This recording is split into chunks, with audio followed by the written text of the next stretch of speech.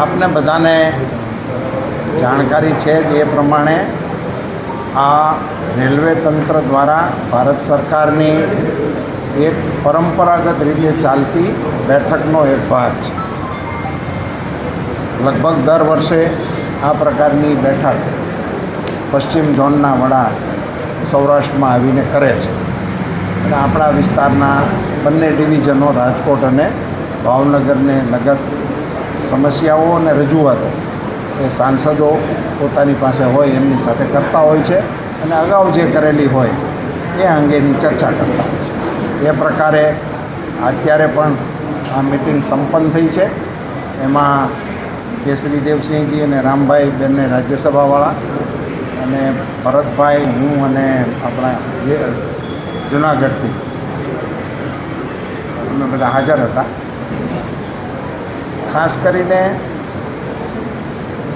Local train અંગેની માંગણીઓ ઉપર ભાર દેવામાં આવ્યો હતો. સુરેન્દ્રનગર, વાંકાનેર, રાજકોટ, પોરબંદરથી રાજકોટ વચ્ચે શરૂ થઈ છે એને એક્સટેન્ડ કરવી જોઈએ એ પ્રકારની રજૂઆતો થઈ હતી.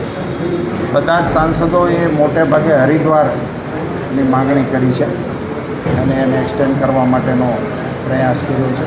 ગીર સોમનાથના જે ટ્રેક ઉપર પર્યાવરણ વિભાગનો પ્રશ્ન છે તો એને કોઈ આઉટ ઓફ બોક્સ રીતે હલ કરી શકાય કે કેમ એ પ્રકારની રજૂઆતો થઈ છે. દુરંતોને આપણે ત્યાં બોરીવલી સ્ટોક નથી, એને કારણે સમસ્યાનો સામનો કરવો પડે છે, એને અંગેની રજૂઆત થઈ છે. સોમનાથ મેલના સમયપત્રક અંગેની એક ખૂબ રજૂઆતો મારી પાસે હતી અને અન્ય સાંસદો પાસે પણ હતી. એને જૂની એની જે ટાઈમ ટેબલ હતું એ પ્રમાણે ચલાવે એ પ્રકારની એક માંગ હતી. વ્યક્તિગત રીતે બધા સાંસદોએ પોતપોતાના પ્રશ્નોને રજૂ કર્યા છે અને રેલવેના અધિકારીઓએ બને એટલામાં પોતાની રીતે જે કરી શકાય એવું હતું એની સાંસદોની સાથે ચર્ચા થઈ છે. એ તો આપનો વિષય છે, આપ જે એને માટે વિચારતા હો કે જે કરતા હોય. અહીંયા પ્રેઝન્ટેશન જે રજૂઆત થઈ એમાં હરિદ્વારની માંગણી બધા જ સાંસદોએ કોમન કરી છે.